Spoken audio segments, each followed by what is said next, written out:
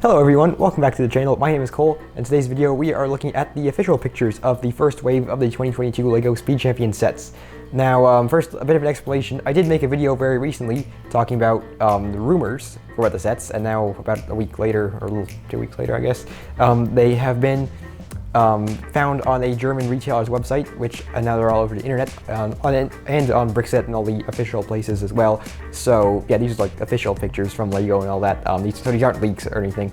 They're just one website just posted them early, and I feel like, if I remember correctly, last time 2021 sets were revealed, there was the same website that revealed them early as well. I feel like, I can't really remember, but something like that. So basically today I'm going to be looking at the pictures and telling you guys what I think of them. We're going to look for some new parts and things and stuff like that. Now, a lot of you guys, I have a feeling, are waiting for the James Bond and Fast and Furious sets, which are in the rumors. And as I pointed out, there's like 2 dates for the releases of both of these sets, so evidently all these sets will be coming out, I believe, on the 1st of March. That are going to be in today's video, and the Fast and Furious and James Bond sets and a couple extra sets, I can't remember exactly how many sets, to be honest. At least one more set is coming out in August, but for now, these sets, we know, are coming out in March. And one more thing before we start is that, obviously, I know there are tons of mocks of all these cars out there. They're all better than the sets, obviously, because people with mocks can do all sorts of crazy techniques and use crazy parts and things like that, which is great. So yeah, we're just going to be looking at the sets kind of like, because a lot of people look at the sets as like, yeah, mocks are so much better, why would you want the sets? I kind of like to look at the sets because often I like to buy sets. I don't have any sets on the shelf. I made one set right there somewhere. But I like to buy sets now and then, so just to build for fun and even to modify them. So yeah, we're going to be looking at the sets as why I might buy these sets, not just like I might just build a mock of them. So hopefully that makes sense, so let's begin. So we're going to start off with the Aston Martin Valkyrie AMR Pro and Vantage GT3 car. Now this is one that was in the rumor, and there wasn't much confusion as to what this was going to be, because it was kind of obvious from the name, or as to which versions, I suppose. So looking here, let's start with the Vantage here. It looks pretty good. Obviously we have a new part, and a lot of people are talking about this. It's kind of like 2 of these little like wedge plates lined up, or curved slopes with a wedge at the bottom lined up, and it looks to be a bit thicker and taller lined up, or yeah, so it's like 2 of them lined up. They're a bit thicker and taller. And we have a print. Now, somebody told me this is going to be a sticker from on Instagram. It looks like a print here. I'm really not sure. I hope it's a sticker, because one thing is that unless you happen to be building another gray Aston Martin, this isn't really going to come in handy, because this headlight shape is not particularly, I guess you could get away with using it for other cars, but I don't think it's going to be super useful for building other cars. But I could see this slope piece working well in just other situations, not for headlights. So I hope it's a sticker, so I would have to stick it on and we can use it for other things. Otherwise, the front grille actually looks quite nice. I like how they use the horn pieces for the front here, as well as the intakes. Those look pretty good, and just the whole kind of front end. We've got these lights on the sides, because GT3 cars have these like really bright lights in the front besides the standard headlights. Let's look at the back of it. The back of it actually looks pretty good. We just have some pictures of the box here. There's not like full pictures yet. Maybe there is, I don't know, we'll see. You guys will see in the video if I have found some by then. As you can see, the back is really tall, because if you look really closely, you can see these plates are stacked up all the way over here. But LEGO has done a really nice job of creating that Aston Martin tail slope thingy. I don't know what you call it, the sloped light in the tail. It looks very good, I think. No stickers for tail lights, which is always great. We have appears to be an Aston Martin 1x2 printed tile, or 1x2 printed plate on the side, which looks really cool. Very useful, like that Ferrari 1x1 plate from the F40 set.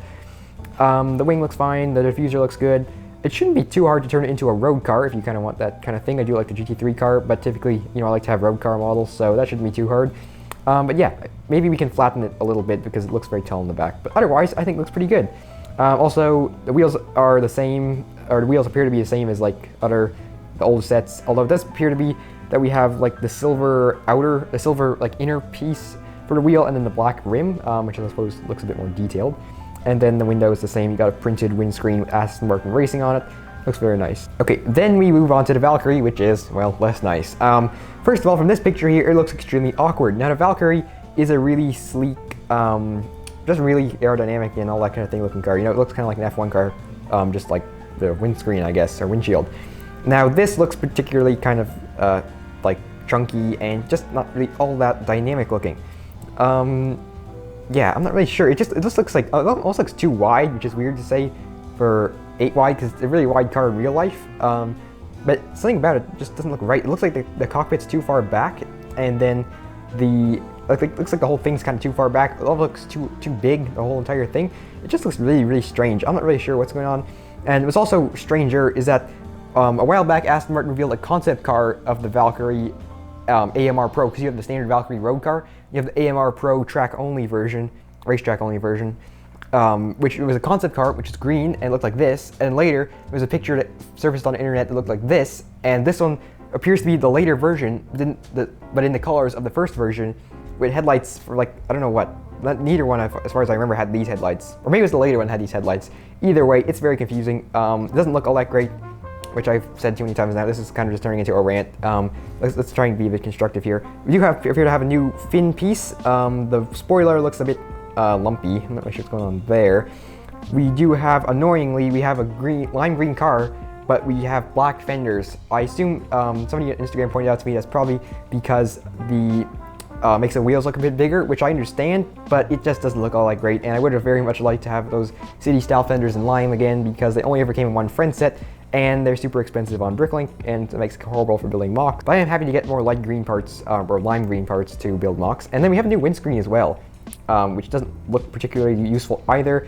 If you move it forward, actually, I don't think it would make a horrible Valkyrie windscreen. But yeah, not too many cars look like the Valkyrie, although I can kind of see that being used for a P1 maybe, although it does have a big print on it, so I'm not really sure how that's going to work out. So yeah, my verdict on the Aston Martin set is the Vantage is good, the Valkyrie is so-so.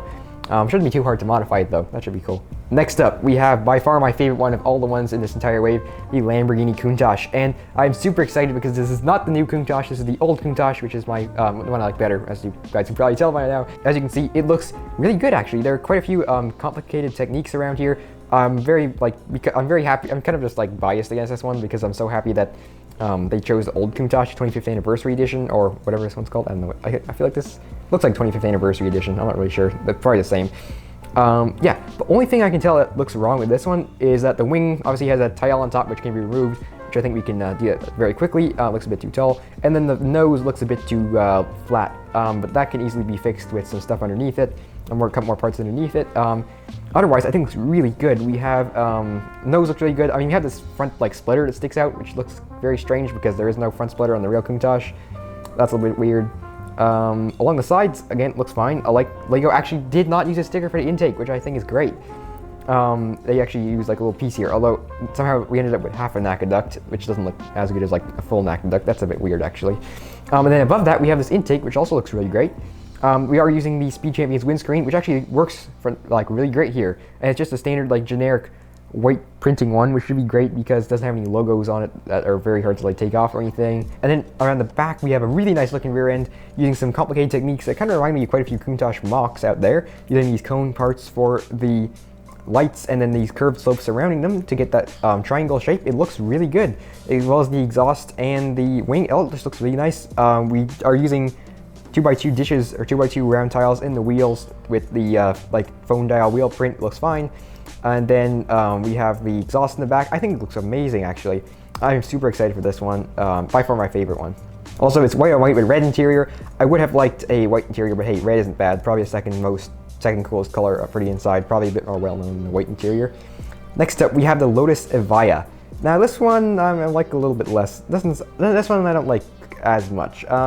I think it looks good. This color scheme is definitely not particularly attractive for the Evora, or at least for the model. It looks fairly good in real life, as you can see in the back of the package. Dark green, it's always nice to get more dark green parts. Those are pretty rare. Dark green and yellow isn't my favorite color combination. Also, I should point out with the Aston Martin set, I meant to say that the new bright yellow, neon yellow, would have worked better, and they didn't use it, which is kind of sad. But that's just kind of another thing to that's just kind of another complaint on my long list of complaints about that set. So yeah, never mind that. But I think this looks pretty good. I think the rear looks really good. There are a lot of cool techniques. It appears that the intakes are not like actual, they don't go all the way through the car like I believe they did in the Ford GT set. Actually, I don't think they did in the Ford GT set. But yeah, it appears the intakes aren't like actual like holes in the sides of the car, which is a little bit disappointing. I feel like they could have been possible, but at the same time, it looks fine. They didn't use stickers for the rear tail lights, which is nice. The rear end just looks good. Also, using a dark green upside down snowboard for the spoiler, which looks pretty cool. Otherwise, yeah, there's not really a whole bunch going on in this set. Again, we're using those curved slopes with the stickers or prints or whatever on the front. which looks fine. I don't know why the front kind of looks like a C8 Corvette. I can't stop thinking about it like that. The sides also look fine. There's nothing really special about this one except the color, which I'm quite excited to get a couple more parts in that color, I should say. And also, I must say, I very much like the inclusion of the Goodwood, I think it's called Goodwood House, which you always see in the background of the Goodwood Festival of Speed on the box. That's a really cool detail. But yeah, so Evora, not bad, but not really all that remarkable, I think. Then we have the next one, which is the Ferrari 512M. Now this one, I had a feeling it was going to be the race car, and it is the race car. The 1970s, like, mid-engine race car. I'm not really sure what series it would have raced in. Maybe Le Mans or something like that. Yeah, sorry, not an expert on this car. But the set looks relatively good. In fact, the only thing that really looks immediately wrong is the front, because it looks really kind of chunky, while the real one was pretty flat. There's some interesting techniques used. I do like how they have lined up the headlight kind of like side bits with the fender. It looks very nice. The headlights actually using an interesting, it appears to be a 1x2 tile in transparent black with a red print on the end, which should be very useful. We're using the older version of the Speed Champions wheels in gold, which is cool. Along the side also looks pretty good. The canopy looks a bit too narrow almost. I'm not really sure. Do we have a picture of the real car here? Yeah, the canopy does look a bit too narrow, I think. In fact, I'm not sure if that Valkyrie windscreen would have actually worked for this. I'm not really sure about that. We have an interesting way of lining up these wedge plates behind that, which looks pretty good, as well as other angled parts. The rear spoiler looks pretty good as well, or spoilers, I suppose you'd call them, wings, flaps, something like that. And the rear looks really nice. You can see you have the brake lights and your transmission, kind of like gearbox, and then you have the exhaust pipe sticking out. It looks really good, actually. This is probably my favorite, my second favorite one. Although because the old Countach is now set, I kind of wish they'd gone for the Testarossa facelift 512M instead. Next up, we have a set that nobody saw coming, the AMG One and Mercedes F1 car. What's it called? W12E Performance is the proper name for the 2021 F1 car from the Mercedes F1 team. Let's start with the F1 car. Now, this is actually, all things considered, this is probably the best model in the whole lineup. I recently built an F1 car, so this is kind of cool. Now we can have two of them together, two very dominant F1 cars, the Mercedes and the old Ferrari. But basically, yeah, it looks really good. I think I can't really see anything wrong with it. I'm not really sure. F1 cars look really crazy, and so there's not really anything immediately like wrong looking about it. I think it looks fine, actually. I do like the Mercedes like color scheme of black with teal. I think it looks amazing. Lego did a very good job of that. There's some interesting teal parts here. They're using the video game controller for the steering wheel, or steering yoke, or whatever you call it, which is something that I think that I came up with originally. I'm not really sure if Lego had that idea before me. We have the dark or reddish brown like intake above the driver's head, which is the color on the real car because there's a sponsor that's like that color or something, I can't remember exactly. Now, an interesting thing is that it appears to be on wet tires with the blue sides. Now, the thing is, obviously, they hardly ever run on wet tires in F1 when it rains, because it hardly ever rains in F1. Well, it does occasionally, but compared to, like, all the times I use normal tires, it doesn't. So I kind of wish they had gone for, like, hard tires or soft tires or in-between tires. But somebody did point out that because the tires have a tread, it makes them look like wet tires, but even then, they hardly ever use wet tires. I think even with tread, they should have gone for hard tires or red tires or even white. Even like blue or teal maybe to match the car. Actually, the blue, now that I think about it, the blue does go with the car fairly well. Although I just would have liked to see something a bit more aggressive tire compound as something of an F1 nerd, I guess. Otherwise, yeah, it looks really good. One of the more intriguing parts about this car is that it comes with two sets of parts, I guess. So you have two numbers on the hood, 44 and a 77, 44 being Lewis Hamilton's car number and 77 being Valtteri Bottas's car number, as well as the rear fin with 42 different parts at 44 and 77. Next up, we have the AMG One. Now, this is kind of cool. I kind of thought after I made my original video that they might make Forza Horizon 5 sets like they did a little while back with Forza Horizon 4, and maybe they'll put the AMG One as a car. Now, there's still a chance that they could release a one-car set like with the old 911 Turbo set in a different color. They might do a red one, which would be cool. But either way, the gray one looks very nice. Like I was saying, I kind of was hoping for a gray or light bluish gray Speed Champions car, and we got one with the AMG One. Looking around, it looks pretty good. Again, we're using these these new slope pieces for the headlights. I feel like this is the best model they're on so far. Again, I'm not really sure if they're stickers or not. The front looks fine. I like how they use the mud guards for that kind of like intake thingy on the hood. Sides also look fine. This is interestingly, this is like a livery that looks like the older Mercedes Formula One cars. Otherwise, yeah, it looks pretty good. We have that new like fin piece on the back, a couple stickers to form the rear windshield. I lost my picture of the back of the car, but otherwise the wing looks really nice. I'm not sure if you can lower it, and from what I remember, the rear looks very nice as well. I kind of want to modify it. I came with like an AMG One design a long time ago that I feel like I can modify this one to use like normal headlight pieces, maybe not, I don't know. I feel like you can use some slight modification, but I actually feel like it looks really good. And so that is what I think of the 2022 Speed Champion sets of this first release at least. And so that's it for today's video. So thank you guys for watching, and I'll see you all next time.